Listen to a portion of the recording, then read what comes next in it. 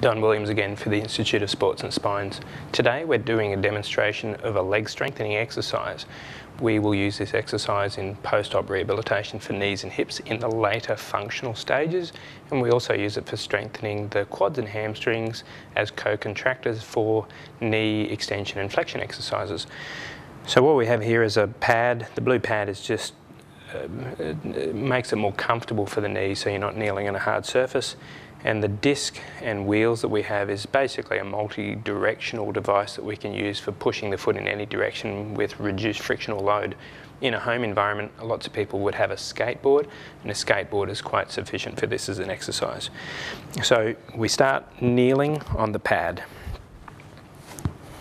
The knee should be comfortably underneath the hip with the foot directly behind. The other foot rests in the middle of the board or skateboard.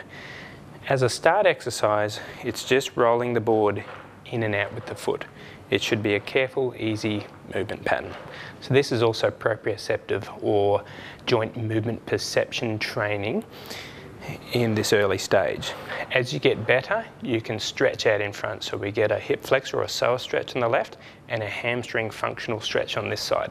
So this becomes also an eccentric movement pattern.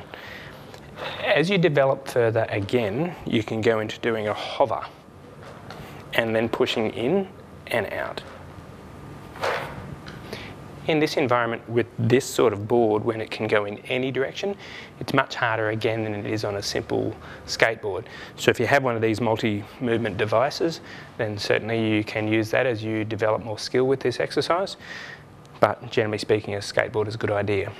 Once again, in the early stages, using a carpeted surface or a soft floor is a good idea. As you get better, going onto a lino or tile or concrete surface where the board can skate more easily is obviously harder to control with the foot and is a good development or advancement exercise. That concludes our demonstration for today.